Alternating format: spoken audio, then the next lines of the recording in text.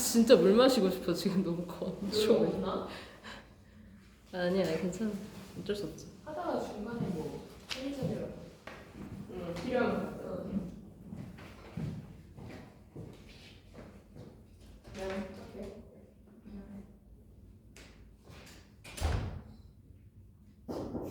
뭔가 쓰고 나니까.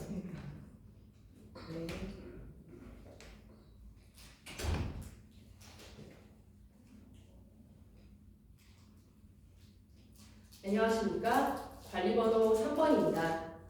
대기석에 앉아있다가 신호음이 들리면 시작해주세요. 근데 이건 대기석에 안 한다. 그냥 저기 탁석해서 신호음 들린다. 아 그래? 그럼 왜? 대기석 없어? 그죠? 아니면 좀 시작할게. 아니, 착석하세요. 땡. 네.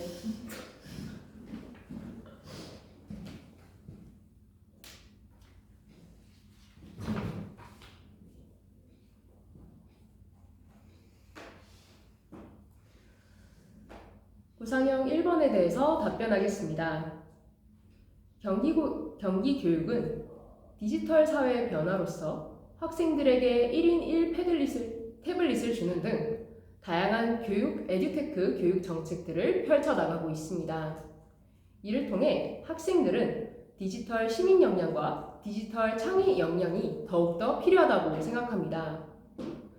따라서 학생들이 안전하고 책임있게 디지털 기기를 활용할 수 있는 4가지 주제와 관련지어 수업 방안을 말씀드리겠습니다. 위 4가지 주제 중에서 디지털 안전에 대해서 먼저 말씀드리겠습니다. 저는 학생들에게 안전하지 않은 사이트나 아무 자료나 다운로드 받지 않기 등과 같은 구호를 정하여 학생들의 디지털 기기를 안전하게 활용할 수 있게끔 돕겠습니다. 구체적인 예시로는 신뢰할 수 있는 사이트들만 모아놓은 학급 게시판을 제공하여 학생들이 그러한 게시판에 들어가여 신뢰할 수 있는 사이트에 접속할 수 있도록 하겠습니다. 이를 통해 학생들은 디지털 위험에 노출되는 경우를 줄이고 디지털 안전의 필요성에 대해서 인식할 수 있게끔 할 수 있습니다. 다음으로는 디지털 윤리입니다. 디지털 윤리에서 할 수 있는 수업 방안은 학생들과 함께 유튜브를 본 뒤 그 유튜브를 비판적으로 바라보며 다시 한번 시청함으로써 그 유튜브를 어떻게 하면 비판적인 역량을 길러나갈 수 있을지에 대해서 고민해 보겠습니다. 이를 통해 학생들은 비판적인 시선으로 자료를 감상하고 이를 통해서 자신이 무분별적으로 자료를 수용하지 않고 판별할 수 있게끔 하도록 돕겠습니다. 세 번째로는 디지털 책임입니다. 디지털 책임을 길러주기 위해서 저는 학생들이 꼭 출처를 기록할 수 있게끔 하겠습니다.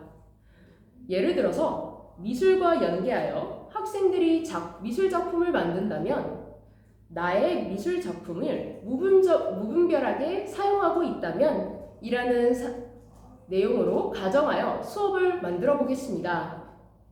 이를 통해 학생들은 다양한 자신의 작품이 무분별적으로 사용되고 있으면 매우 슬플 것이며 이를 어떻게 하면 해결해 나갈 수 있을지를 고민해 보게 할 것입니다.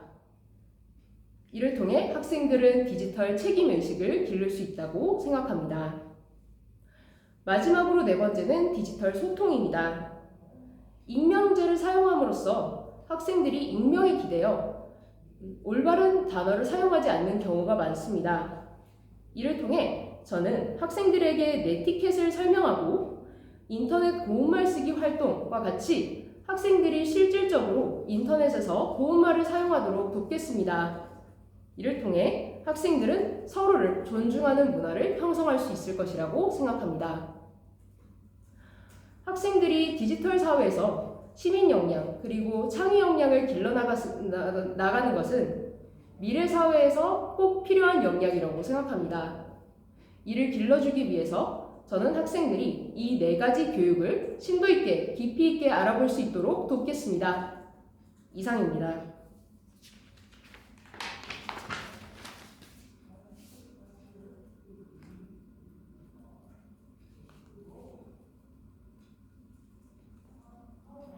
구상형 2번에 대해서 답변하겠습니다.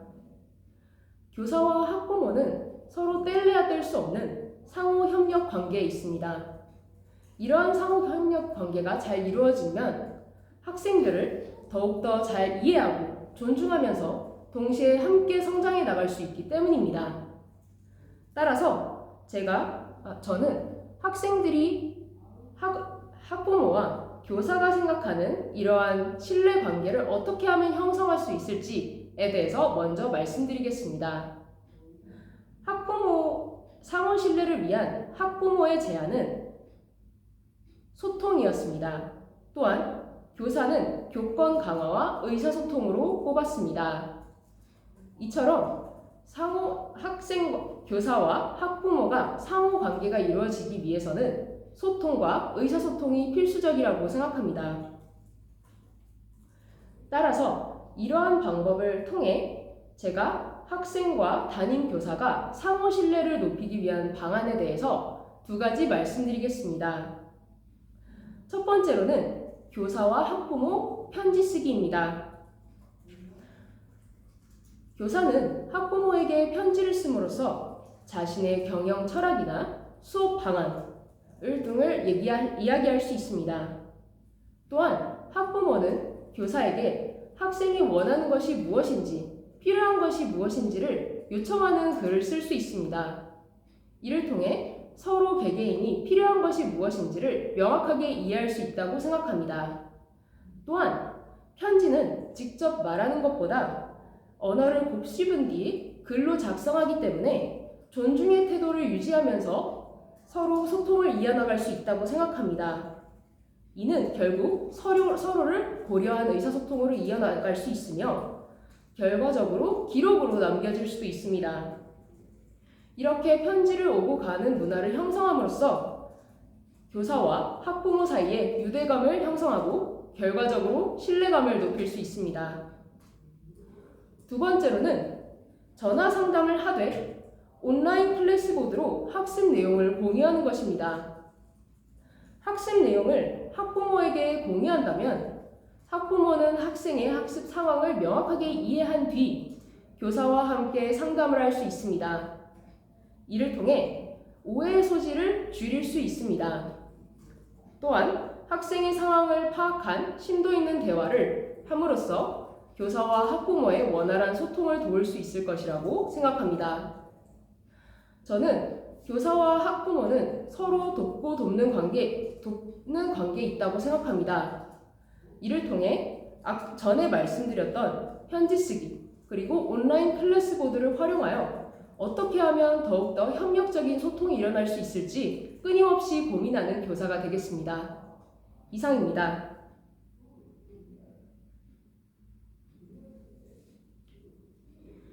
구상형 3번에 대해서 답변하겠습니다. 현대사회는 복잡한 사회 문제가 많이 있습니다. 이를 통해 사회 문제를 해결하기에 급급해 인성적인 측면이 간과되는 측면이 있습니다. 따라서 저는 담임교사로서 학생들의 존중하고 배려할 수 있게끔 하고 의사소통할 수 있는 그러한 학급 문화를 만들어가도록 노력하겠습니다. 따라서 지금부터 그러한 학급 문화를 만들기 위해서 어떻게 지도할지에 대해서 두 가지로 나누어 설명하겠습니다. 세 가지로 나누어 설명하겠습니다. 학급 문화에서는 우선 다른 친구들을 배려하기 위해서는 나 자신에 대해서 알아야 된다고 생각합니다. 따라서 첫째, 나를 알자입니다. 나를 알자 수업에서는 학생들에게 은유 거울이라는 프로그램을 운영하겠습니다. 은유 거울은 나를 사물로 묘사하여 나에 대해서 설명하는 것입니다. 이를 통해 학생들은 자신에 대해서 객관화하여 이해할 수 있는 경험을 할 수 있다고 생각합니다. 나를 알았다면 두 번째로는 타인 알기입니다. 타인 알기를 통해서 구체적인 예시를 들자면 사랑 카페를 통해 학생들과 함께 다과회를 열며 차를 마시면서 자유롭게 어떠한 일이 일어났는지를 이야기할 수 있습니다. 이를 통해 학급 분위기를 알고 갈등을 미리 예방할 수 있다고 생각합니다. 또는 친구 사랑의 날을 제정하여 학생들을 존중하는 마음을 가지게 유도하겠습니다. 마지막으로는 사회를 알자입니다. 학생까지 이해했다면 지역 공유학교를 통해서 사회에 있는 문제를 해결해 나갈 수 있다고 생각합니다. 이를 통해 나와 친구 사이에서의 인성적 문제가 아니라 나아가 지구 전체에 있는 문제까지 해결해 나가는 그러한 자세를 갖도록 유도하겠습니다. 학생들의 학급 문화를 학생들이 인성적 측면에서 학급 문화를 읽어나가게 하려면 이렇게 다양한 장치들이 필요합니다. 이러한 다양한 장치를 잘 활용하여 학생들이 인성을 함양한 그러한 경기형 미래 인재가 되도록 돕겠습니다. 이상입니다. 즉답형 문제에 대해서 잠시 생각해 본 뒤 답변하겠습니다.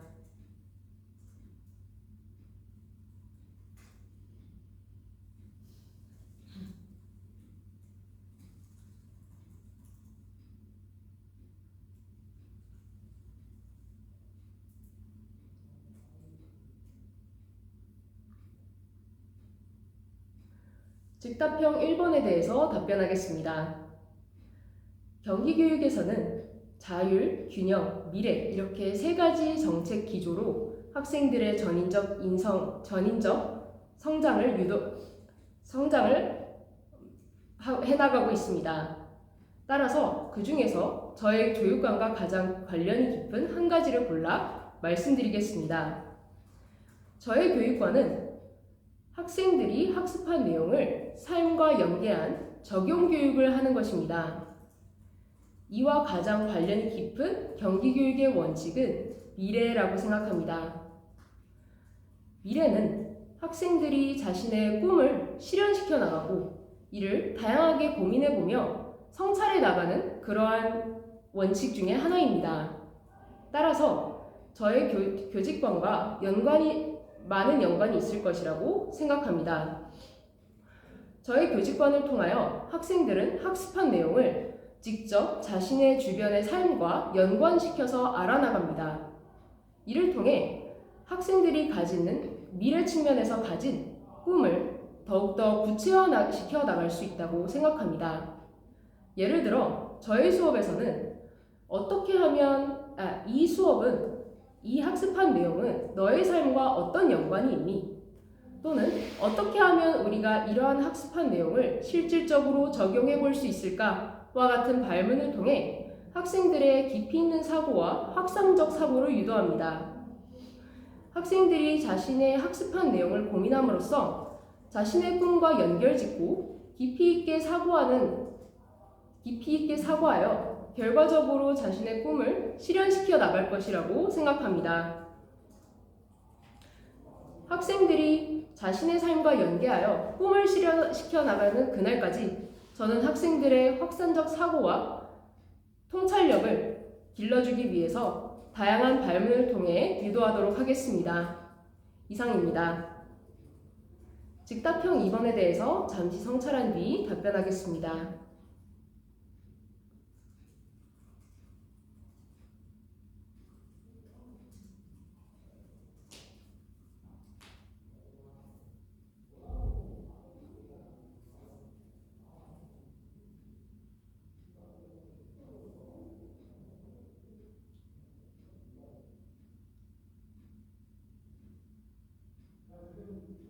즉답형 2번에 대해서 말씀드리겠습니다. 경기교육에서는 학생들의 건강과 안전에 만전을 기하고 있습니다. 따라서 담임교사로서 학생이 안전하고 건강한 학급 운영을 하기 위한 세 가지 방안을 말씀드리겠습니다. 첫 번째로는 사전 연습입니다. 교사는 학생들이 다중 밀집 장소를 가는 경우를 대비하여 사전에 미리 그 장소에 대해서 완벽하게 인지하고 있어야 합니다. 예를 들어 학급 행사라든지 또 다른 현장 체험 학습과 같은 상황을 교사는 사전 조사를 통하여 미리 예행 연습을 통하여 이러한 안전사고가 일어나지 않도록 예방하여야 합니다. 두 번째로는 학생들에게 미리 안전수칙에 대해서 이야기하는 것입니다. 학생들에게 사전에 안전수칙에 대해서 이야기를 한다면 학생들은 이를 인지한 상황에서 수업 상황에 참여할 수 있습니다. 이를 통하여 미리 혼란의 상황을 예방하는 효과가 있을 수 있습니다. 마지막으로는 학생들과 함께 규칙을 정해보는 것입니다. 학생과 함께 규칙을 만든다면 학생들은 자신이 만든 규칙을 왜 따라야 하는지 그리고 더욱더 기억을 잘 할 수 있을 것입니다. 이를 통해 이 세 가지 방안을 통해 학생들은 다중 밀집 장소와 같은 혼란적인 상황에도 불구하고 규칙과 안전에 만전을 기할 수 있도록